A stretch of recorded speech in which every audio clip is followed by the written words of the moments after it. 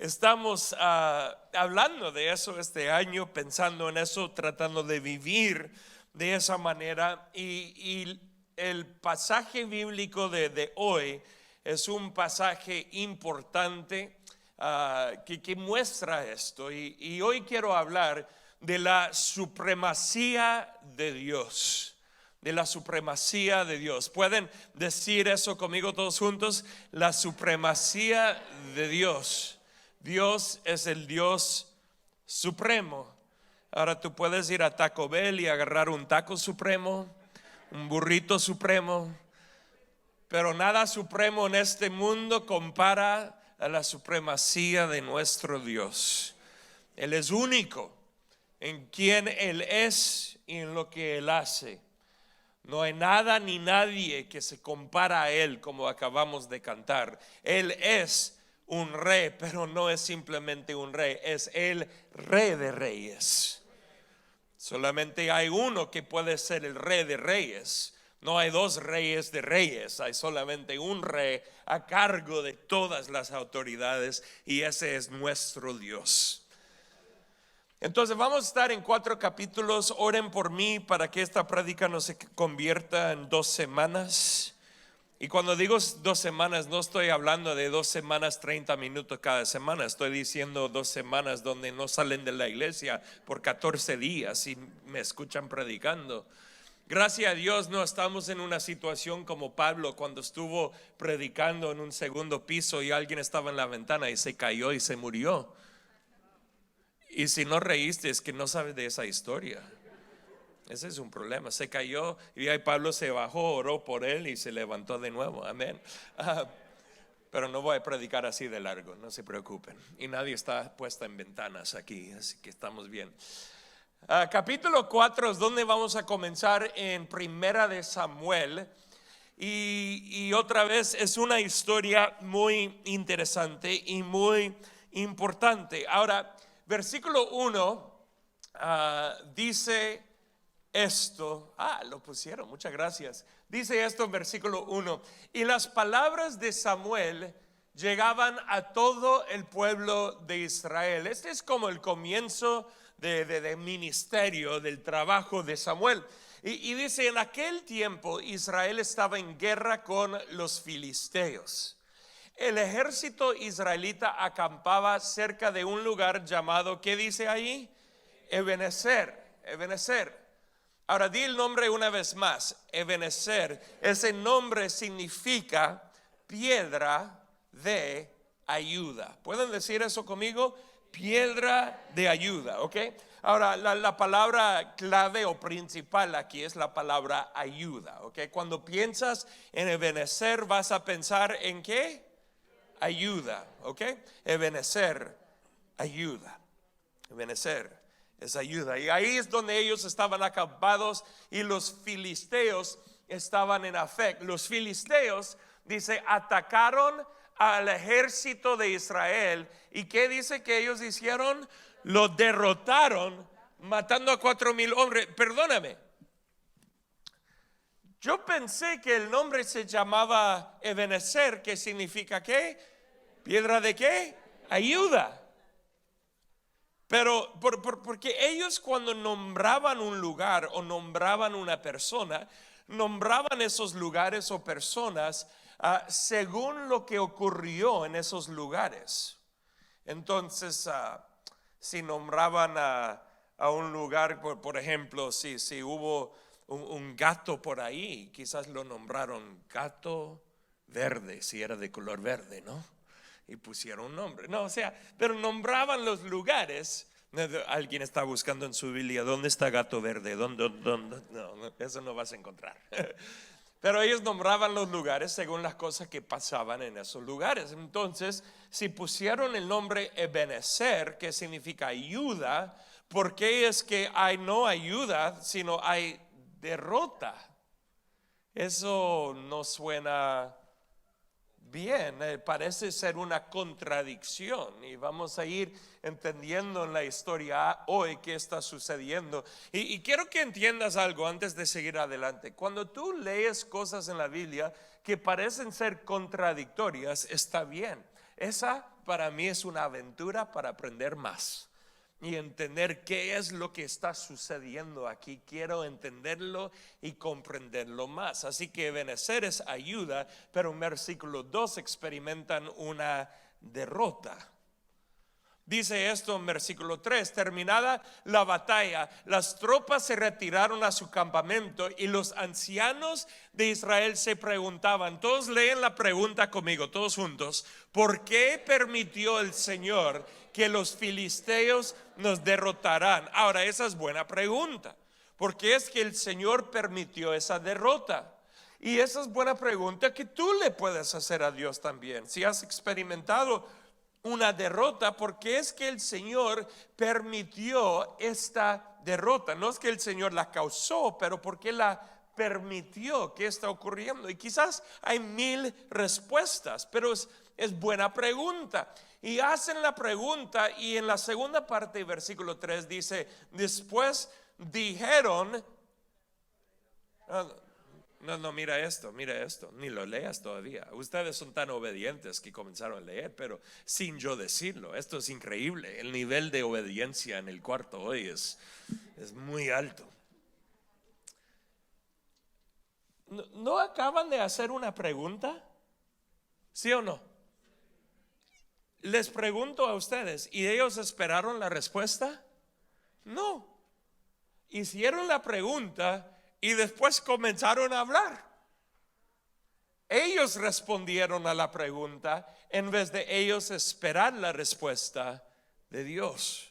Y dicen aquí: traigamos de Silo el arca del pacto del Señor. El arca del pacto es lo que representaba la presencia de Dios.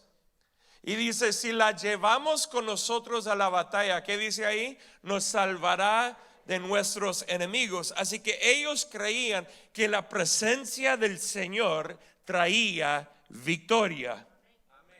¿De acuerdo?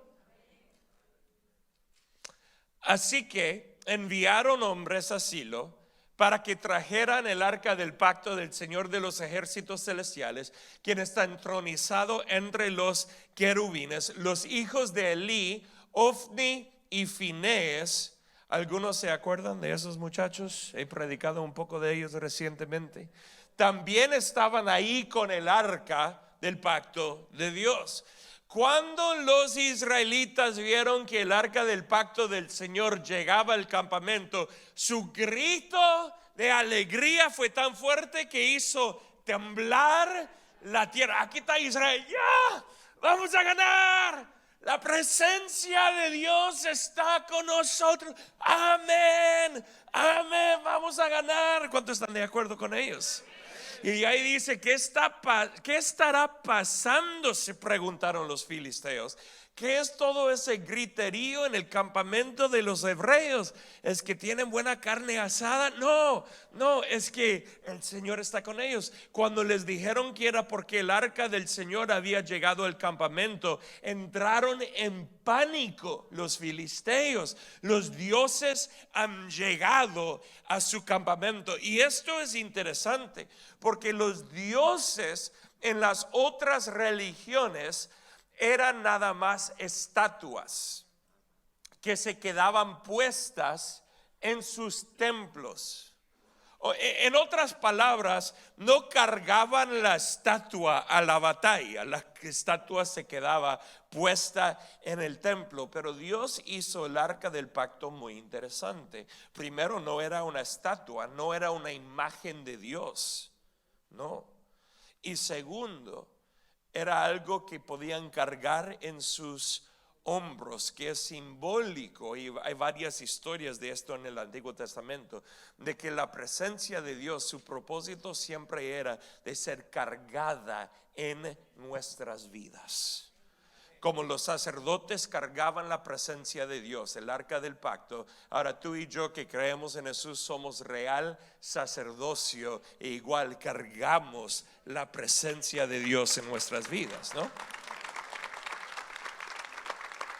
Así que las otras religiones no podían llevar sus dioses con ellos, pero aquí el pueblo de Israel sí. Entonces esto es un desastre. Nunca antes nos hemos enfrentado a algo así. ¡Socorro!, ellos dicen. ¿Quién podrá librarnos de los dioses poderosos de Israel? Son los mismos dioses que destruyeron a los egipcios con plagas cuando Israel estaba en el desierto. Filisteos, dicen, peleen como nunca antes. Si no lo hacen, seremos esclavos de los hebreos, así como ellos han sido esclavos nuestros. Peleen como hombres. Así que los filisteos pelearon con desesperación. ¿Y qué dice ahí? De nuevo derrotaron. ¿Qué? Pero trajeron el arca del pacto. Tenían la presencia de Dios y todavía fueron derrotados. Algunos de ustedes dijeron amén cuando yo dije que la presencia de Dios nos da victoria, y eso era todo un truco. Porque ahora se dan cuenta que tú puedes tener la presencia de Dios y todavía experimentar derrotas. La presencia de Dios no es una garantía de que no vas a tener derrotas en la vida. Ahora algunos dicen, pero entonces ¿de qué estamos hablando? Si yo tengo la presencia de Dios y yo voy a experimentar derrota, ¿qué está ocurriendo? Quiero entender esto. Bueno, lo voy a ir explicando. Pero miren lo que sucede. Ese día murieron no 4,000, sino esta vez, ¿cuántos? 30,000 soldados israelitas. Los sobrevivientes dieron la vuelta y huyeron, cada uno a su carpa. Y mira esto, entonces los filisteos, dice, capturaron el arca de Dios y mataron a Ofni y a Finés, los dos hijos de Elí. Y después fueron a decirle a Elí de que sus dos hijos se habían muerto. Y por el estrés de la situación, Elí se cayó de su silla y se murió. Pero capturaron el arca de Dios. ¿Acaso es que Dios es débil? ¿Acaso porque Dios estaba ciego ese día o durmiendo o algo así, que ellos derrotaron a Israel y que ellos capturaron el arca de Dios? No creo. Por esta razón, el título de mi prédica se llama La supremacía de Dios. Por esta razón sencilla, porque en capítulo 4 nos damos cuenta de que Dios no es un títere. Dios no es un Dios para ser manejado por los deseos humanos. Dios no dice simplemente porque tú quieres victoria y tú traes el arca es que tú vas a tener victoria. No. Dios no simplemente es como la lotería o algo que podemos conseguir para nuestro beneficio en el momento que nosotros tenemos, porque Dios es grande. Él no es mandado por los seres humanos, Él manda a los seres humanos. Él está a cargo. Entonces Él muestra que Él tiene que ser honrado. Ahora, ¿qué pasó aquí? Porque la derrota después vamos a ver, pero por el momento entender que el hecho de tener el arca no garantiza la victoria. No. Y tú y yo, gracias a Dios, tenemos la presencia de Dios en nuestras vidas. ¿Están de acuerdo? Pero la presencia de Dios no es una garantía de victoria. ¿Por qué? ¿Porque la presencia es débil? No. La presencia de Dios es fuerte. El problema con victoria o derrota es algo más, es algo diferente. Y vamos a hablar de eso. Entonces en versículo 1 de capítulo 5 dice esto: después de que los filisteos capturaran el arca de Dios, la llevaron del campo de batalla. ¿En dónde? Ebenezer, ¿qué significa qué? Piedra de ayuda, pero ahí en Ebenezer experimentaron no ayuda, sino derrota. Y la llevaron hasta la ciudad de Asdod. Y Asdod, para que sepan, es una ciudad cuyo nombre significa poderoso. Poderoso, esto es importante. ¿Y por qué poderoso? Me imagino porque ahí en Asdod es donde tenían el templo para el dios de los filisteos. Así que ese era como el centro de poder, de fuerza para la nación de los filisteos. Y traen el arca de Dios a Asdod y dicen, llevaron el arca de Dios al templo del dios Dagón. Pusieron el arca dentro del templo y dice, la pusieron junto a una estatua de Dagón. Aquí está Dagón y aquí está el arca de Dios dentro del templo de Dagón. ¿Por qué lo ponen adentro? Porque ellos están mostrando que nuestro Dios Dagón ganó la victoria contra el Dios de Israel. Chistoso para mí esa creencia, pero es lo que ellos creían. Entonces lo ponen a la par de Dagón. Yo quería dar esta prédica solamente por el nombre Dagón. Me gusta decirlo, Dagón. Suena interesante. Y mira lo que ocurre aquí. Pero cuando, es que alístate. Pero cuando los ciudadanos de Asdod, cuando los ciudadanos de Poderoso fueron a verla a la mañana siguiente, la estatua de Dagón había caído boca abajo delante del arca del Señor. Eso muestra el poder de Dios. No, es que la presencia de Dios es poderosa. No garantiza victoria, ese es otro asunto, pero no hay duda de que Dios es el Todopoderoso. Y cuando ponen el arca de Dios dentro del templo de Dagón, no sé qué hizo Dios, como con un dedito en la cabeza o con un poco de viento celestial divino, y se cae Dagón al piso. Wow, postrado delante de la presencia de Dios. Aquí está Dios diciendo, wow, qué bonita estatua.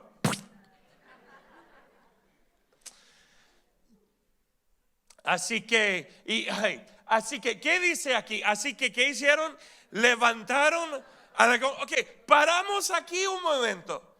Ni ellos se dieron cuenta de una comparación entre Dagón y el Dios de Israel. Porque el Dios de Israel, sin ellos estar presentes, empuja la estatua de Dagón para que se caiga. Pero ellos, los seres humanos, tienen que entrar en la mañana para levantar a su Dios, porque Dagón no es capaz de levantarse a sí mismo. Qué Dios tan poderoso que ellos tienen. Así que ellos tuvieron que levantarlo. Que Dagón, está bien, Dagón, tranquilo, no hay problema, te levantamos. Tú eres un Dios fuerte, pero no tan fuerte, ya te ayudamos un poco.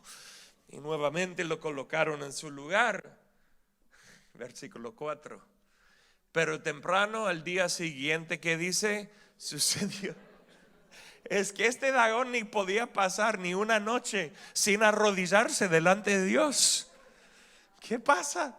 Sucedió lo mismo. Ahora, antes de seguir adelante, tienen que entender algo: que Dagón, este Dios, su nombre, Dagón, significa pescado o pez. Y esa estatua de Dagón tenía una cara de ser humano, tenía manos, brazos de ser humano, pero tenía como una colita de pescado. Una estatua bastante rara, pero así era. Y es muy interesante porque, que cada uno tenía sus diferentes dioses en las diferentes religiones y regiones, naciones. Puede ser porque tenían diferentes dioses que cuidaban diferentes cosas, ¿no? Por ejemplo, un dios o una diosa de la fertilidad, o un dios de la lluvia, el dios del sol, ¿no? De todas esas cosas, tenían dioses para cada cosa. Y puede tener sentido, quizás, no lo he estudiado mucho, pero puede ser que para ellos lo que era importante eran los peces, porque pescaban para comer. Y por eso segundo, el dios importante para ellos era ¿qué? Dagón, el pez. ¿Por qué? Porque ese dios les iba a proveer la comida que ellos necesitaban. Entonces este dios es como un híbrido en la estatua entre un ser humano y un pescado, mostrando que ese dios tenía, por cierto, en su mente una capacidad de llegar a los asuntos humanos por las manos y la cara y hacer lo que ellos necesitaban. Entonces dice esto: de nuevo Dagón había caído boca abajo frente al arca del Señor. Esta vez, escucha, su cabeza y sus manos se habían quebrado y estaban a la entrada. En otras palabras, Dios está diciendo: hey, esas manos y la cara, la parte humana de tu estatua, te voy a decir algo. Tu Dios no tiene ningún poder en los asuntos de los seres humanos. Solamente yo, Dios, tengo ese poder.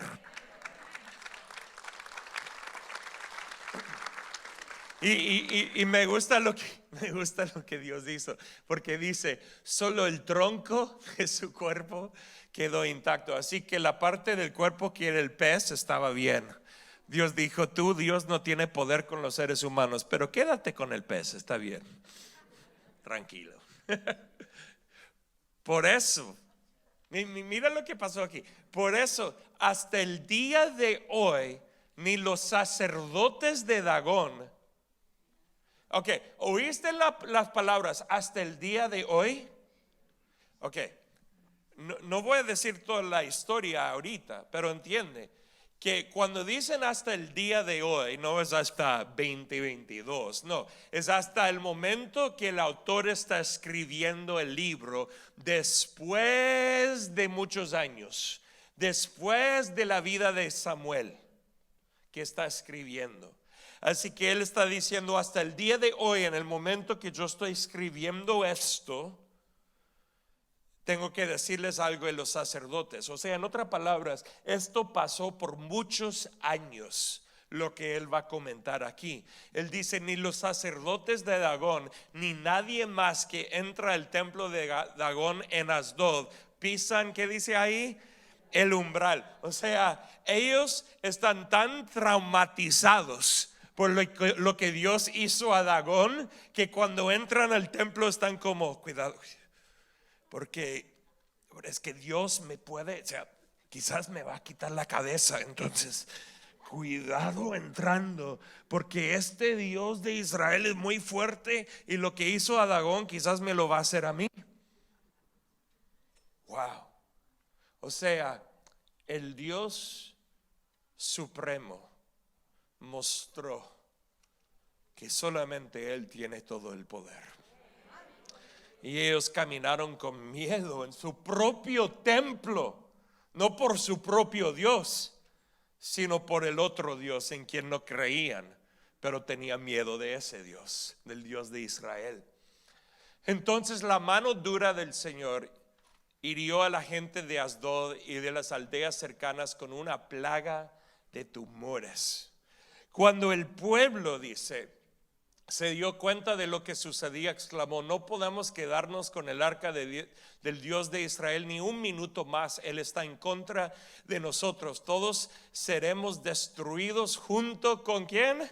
Dagón, nuestro Dios. De modo que convocaron a los gobernantes de las ciudades filisteas y les preguntaron: ¿qué debemos hacer con el arca del Dios de Israel? Los gobernantes deliberaron y contestaron: trasládenla a la ciudad de Gat. Así que trasladaron el arca de Dios, del Dios de Israel, a Gat. O sea, en otras palabras, ellos pensaron: si lo movemos a otra ciudad, todo va a estar bien. Bueno, no lo voy a leer, pero para que sepan, si lo lees después, te das cuenta que cuando lo movieron a la ciudad de Gat, la misma cosa sucedió. Siguió sucediendo, de que habían temores y un montón de problemas. Entonces ellos, los filisteos, llegan a este momento y dicen: ok, ya esto no funciona. Esto no funciona. Tenemos que regresar o devolver el arca a Israel. Esto es tan importante de entender, porque el arca y la presencia de Dios tenía su lugar con el pueblo de Israel. No era para los filisteos, era para Israel. Nos muestra que el arca siempre regresa. La presencia de Dios siempre regresa. Ahora quiero que sepas algo. Hoy en día no somos igual que Israel en este sentido, porque la presencia de Dios no está en un arca, sino está en ti y en mí, ¿ok? Pero Dios muestra su corazón. Dios muestra, queridos, escúchame, su compasión en lo que es su deseo de que su presencia de Dios siempre permanece con nosotros. Y lo muestra aquí. Entonces los filisteos quieren devolver el arca a Israel. Y dice esto, vamos a capítulo 6, comenzando en versículo 10. Dice: así que llevaron a cabo las instrucciones, engancharon 2 vacas a la carreta y encerraron sus crías en un corral. Luego pusieron el arca del Señor en la carreta junto con el cofre que contenía los tumores y las ratas de oro. ¿Por qué tumores y ratas de oro? Porque esos eran las plagas de Dios contra los filisteos, y como ofrenda para parar la plaga, ellos ofrecieron estas ratas y estos tumores de oro, construidos con oro. Y efectivamente las vacas, lee esto conmigo, que dice: sin desviarse a ningún lado, siguieron directo por el camino hacia Bet-Semes, mugiendo por todo el camino. Y de ahí dice: los gobernantes filisteos las siguieron, dilo conmigo, las siguieron, ok, hasta los límites de Bet-Semes. Ahora, sigue conmigo aquí. El arca ellos van a llevar a Israel cargado o manejado por unas vacas, y la gente de los filisteos que van con el arca van, les pregunto, ¿enfrente o detrás del arca? Detrás, no enfrente. Así que ¿quién está manejando el arca para llegar a donde tiene que llegar? Y la respuesta: nadie, o mejor dicho, Dios. Regresamos al versículo 12, porque ahí lo dice. Ahí está. Las vacas, sin desviarse a ningún lado, siguieron directo por el camino. En otras palabras, Dios no necesitaba ni ayuda para llegar de regreso a Israel. Esto también muestra la supremacía de Dios en el hecho de que el Dios en quien tú y yo creemos no necesita tu ayuda. Nuestro Dios no es un Dios débil que pierde su dirección, como algunos aquí lo hacen. Cuando estás manejando al mercado y dices: ¿dónde estoy? ¿Qué pasó? Ok, estoy bromeando, ok. Tranquilos. Algunos medio ofendidos aquí. Eso me pasa a mí, está hablando de mí, ¿por qué no? Pero Dios no pierde su dirección, no pierde su poder. Dios no es un Dios que necesita de nuestra ayuda y apoyo. Dios es el Todopoderoso.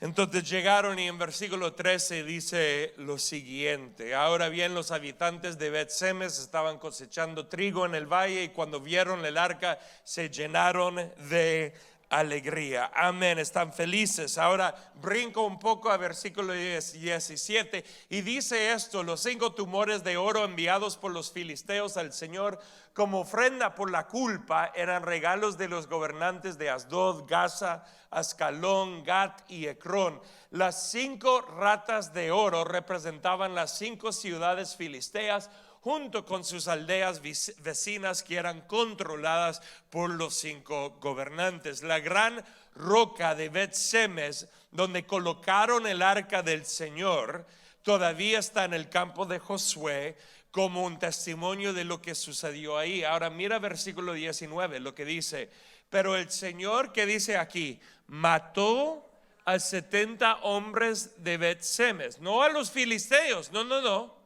¿A quién? A los judíos. ¿Qué pasa? O sea, ellos experimentan derrota. De ahí Dios le hace caer a Dagón, quebrarse, le envían, le trae tumores, le envían de regreso, llega a Israel, a Bet-Semes, y ahí Dios mata 70 personas de los judíos. ¿Por qué? Porque miraron dentro del arca del Señor. En otras palabras, no aprendieron a respetar la autoridad de Dios. No aprendieron a respetar el poder de Dios. No aprendieron a honrar quién era Dios.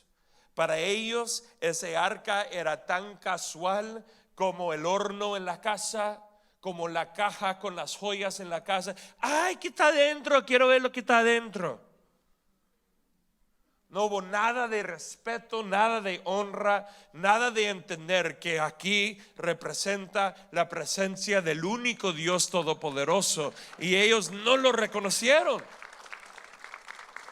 ¿Cuántos quieren vivir vidas de reconocerlo? Y el pueblo hizo gran duelo por lo que el Señor había hecho. ¿Quién puede estar? Esta pregunta es muy importante. Pregúntala conmigo, todos juntos. ¿Quién puede estar en la presencia del Señor, este Dios santo? Esta es la pregunta correcta. ¿Quién puede estar en la presencia de este Dios, este Señor santo? Y la respuesta: nadie.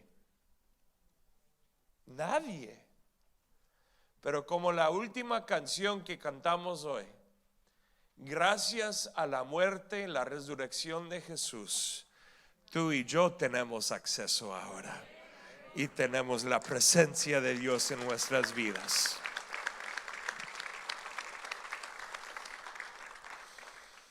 Entonces ellos dicen: ¿a dónde podremos enviar el arca desde aquí? Porque ellos piensan nadie puede estar en su presencia. Pero están equivocados. Dice: así que enviaron mensajeros a la gente de Kiriat Jearim y le dijeron: los filisteos han devuelto el arca del Señor, vengan y llévensela. O sea, nosotros no lo queremos. Entonces los hombres de Kiriat Jearim fueron por el arca del Señor, la llevaron a la casa de Abinadab, que estaba en las laderas, y comisionaron a su hijo Eleazar para que se encargara de ella. Y mira lo que dice: el arca permaneció en Kiriat Jearim mucho tiempo y no mató a nadie Dios. 20 años en total. Porque el problema no era la presencia de Dios. El problema era el respeto y la honra de la gente. Durante ese tiempo todos los israelitas se lamentaron porque parecía que el Señor los había abandonado. Parecía, no es que era así, pero parecía así. Entonces Samuel le dijo a todos: si de todo corazón desean volver al Señor. Me paro aquí. ¿Cuántos se acuerdan de esa primera pregunta cuando hicieron en capítulo 4? ¿Por qué es que Dios permitió la derrota? ¿Cuántos se acuerdan de esa pregunta? ¿Y cuántos se acuerdan que el pueblo de Israel no esperó la respuesta? Sino que ellos simplemente dijeron en su humanidad: traemos el arca del pacto porque Dios al tener el arca es que vamos a ganar. Y no ganaron porque Dios no es un títere. Aquí está la respuesta a la pregunta. Finalmente Samuel la da, profeta de Dios. Él dice: si de todo corazón desean que volver al Señor. En otras palabras, ustedes solamente estaban usando al Señor para su propio beneficio. ustedes usaban a Dios para lo que Dios daba, pero no le honraban por quien Dios era.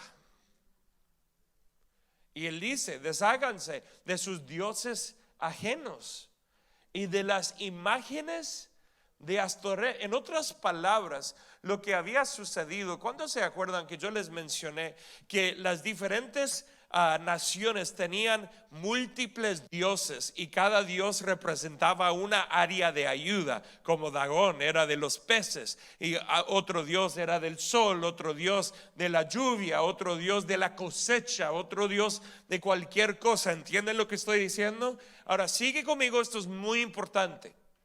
Entonces, cuando ellos agarraron dioses ajenos, imágenes de Astoret, es decir, que ellos habían rechazado al Dios de Israel, la respuesta es no. Escúchame. No es que rechazaron a Dios, es que ellos estaban pensando, por ejemplo, Dios, tú eres bueno, pero hemos tenido un problema con la lluvia este año y Dios no has traído lluvia como queremos. Entonces, bueno, la religión de los vecinos tienen un Dios de la lluvia, que quizás su Dios nos puede ayudar con la lluvia. Dios de Israel, tú te encargas de todo el resto, pero aquí necesitamos la ayuda de otro Dios. No es que ellos tomaron esos dioses y completamente olvidaron del Dios de Israel, es que ellos añadieron otros dioses. Pero ¿qué es lo que eso muestra de ellos? Muestra que ya no respetaron que Dios era el Todopoderoso.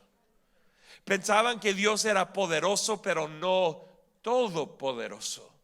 Pensaban que Dios ayudaba en mucho, pero que no ayudaba en todo. Pensaba que Dios tenía capacidad para muchas cosas, pero no para todas las cosas. Entonces vamos a añadir unos dioses que nos pueden ayudar en las áreas que Dios no nos puede ayudar. Y poco a poco ellos dan la vuelta y no están alineados en sus corazones con el Señor, porque ahora están pensando acerca de su mismo Dios, que no es como Él realmente es. Entonces Samuel dice, mira, el problema aquí, la razón por la cual ustedes tuvieron derrota es sencillo.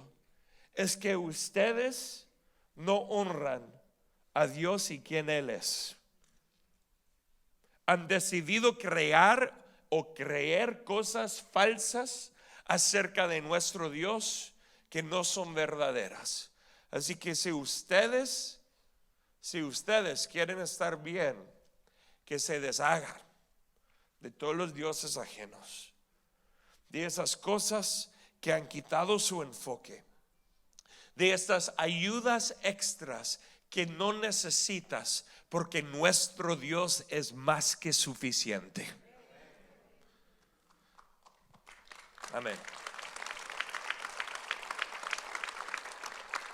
Entonces él dice, dediquen su corazón al Señor y obedézcanlo solamente a Él. Entonces Él los rescatará de los filisteos. Así que los israelitas se deshicieron de todas sus imágenes de Baal y de Astoret y adoraron, ¿qué dice ahí? Únicamente. No es que pararon de adorar, es que añadieron adoración a otros dioses, pero ahora están adorando únicamente. Solo hay un Señor, solo hay un Rey de Reyes, solo hay un Todopoderoso, únicamente al Señor. Y después Samuel les dijo, reúnan a todo Israel en Mizpa y yo oraré al Señor por ustedes. De manera que se reunieron en Mizpa y en una gran ceremonia sacaron agua de un pozo y la derramaron delante del Señor. Asimismo no comieron durante todo el día y confesaron que habían pecado contra el Señor. Fue en Mizpa donde Samuel se convirtió en juez de Israel. Cuando los gobernantes filisteos se enteraron de que Israel se había reunido en Mizpa, movilizaron a su ejército y avanzaron Mira esto. Y dice que el miedo invadió ¿a quién? No los filisteos, ¿a quién? A los israelitas, cuando supieron que los filisteos se acercaban. Ahora, entiende esto. ¿Se acuerdan en el comienzo de la historia? Los filisteos tenían miedo. Israel estaba gritando hasta como un trueno, hasta que la tierra estaba moviendo, porque tenían el arca. Esta vez el arca ya ha regresado a Israel, pero ellos tienen miedo. Y son los filisteos que ahora tienen fuerza. Y está bien, eso se entiende, porque Israel realmente había hecho un desastre antes de todo. Y esta vez están medio inseguros, como que hoy no sé si esta vez Dios va a responder. Claro, porque hay un respeto ahora para Dios. Esto es importante. Quiero que entiendas algo. Claro, entendemos que para el creyente que confía en Dios no necesitas vivir en miedo. Creemos eso. Pero entiende, yo no miro esta historia y digo, ay, esos israelitas miedosos. No, yo entiendo lo que está sucediendo aquí, que ellos realmente habían fallado completamente. Y ahora están pensando, es que no sabemos si Dios va a responder. No sabemos, no es que no confían en Dios, es que ellos ahora entienden que Dios no es un truco, Dios no es magia, Dios tiene que ser respetado y honrado. Y ellos ahora están como, bueno, la última vez fuimos derrotados porque no honramos a Dios. Esta vez no sabemos. Y los filisteos avanzan. ¿Por qué? Y escúchame alguien, esto es tan importante, porque el pueblo de Israel en ese momento estaba débil. ¿Cómo? ¿Qué estaban haciendo en ese momento? Estaban adorando. Estaban ayunando. Imagínate pelear con un estómago vacío.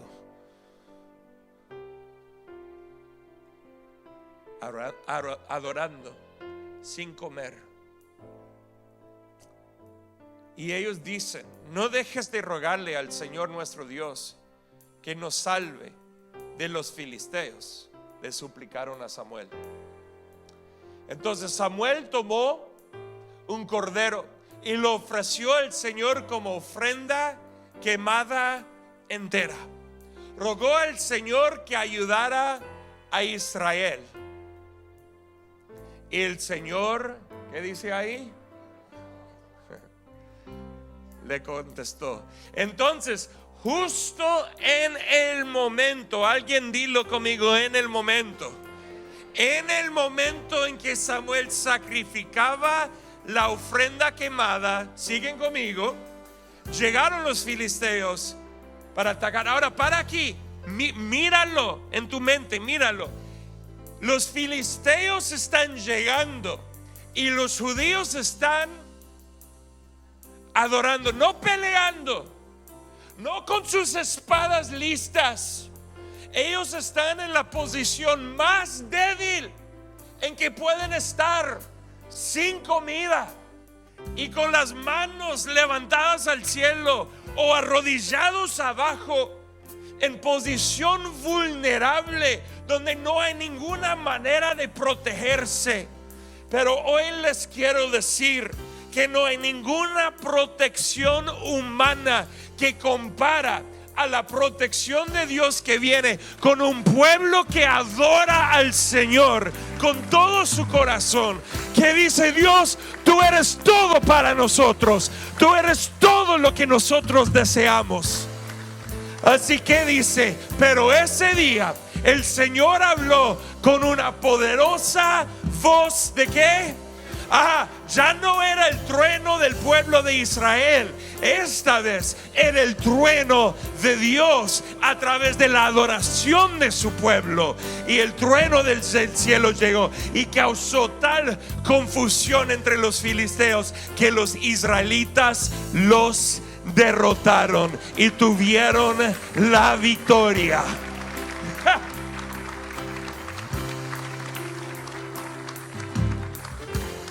Y dice: mira esto, los hombres de Israel Los persiguieron desde Mizpa hasta un lugar abajo de Becar, matándolos a lo largo del camino. Luego Samuel, alguien escucha esto.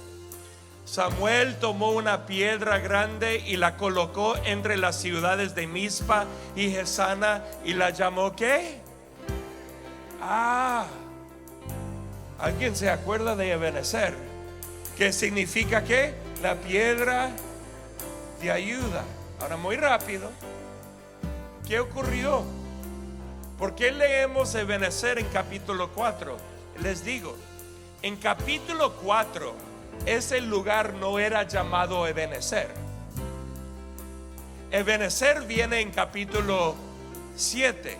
Pero el autor de Primera de Samuel, cuando escribe la historia en lo que es capítulo 4, por ser el mismo lugar, él pone ¿qué nombre? Ebenezer, porque ya era conocido como ese lugar. Entonces, en el mismo lugar de la tragedia, Dios les dio triunfo. En el mismo lugar de la derrota, Dios les dio la victoria. Y hoy te quiero decir que la única diferencia entre derrota y victoria, tragedia y triunfo, es tu adoración, tu respeto, tu honor del Dios quien es supremo sobre toda la creación, todo el universo. Y cuando tú y yo nos rendimos a Él, Dios trae su presencia de manera poderosa para responder a nuestras vidas. Y Él dice: hasta aquí el Señor nos ha ayudado. De modo que los filisteos fueron sometidos y no volvieron a invadir a Israel por algún tiempo. Y en versículo 14 mira lo que dice: entonces fueron, ¿qué palabra está ahí? Alguien dilo: restituidas. En otras palabras, tu adoración, se abrirán las puertas de la victoria de Dios, se abrirán las puertas de restauración en tu vida, se abrirán las puertas de que el enemigo jamás tendrá victoria en tu vida cuando tú vives una vida de adoración. Es tu adoración, es mi adoración. ¿Alguien quiere adorar conmigo en este momento? ¿Alguien se anima a levantar su voz, a levantar su cuerpo, a levantar todo lo que tú tienes? Es la adoración que hace la diferencia. Cantamos juntos.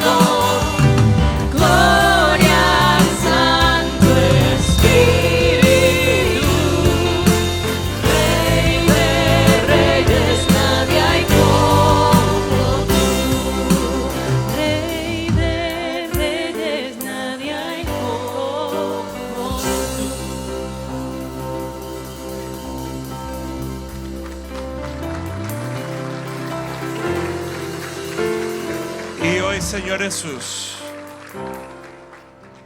con manos levantadas decimos: queremos vivir vidas entregadas a ti, rendidas a ti, en adoración de ti.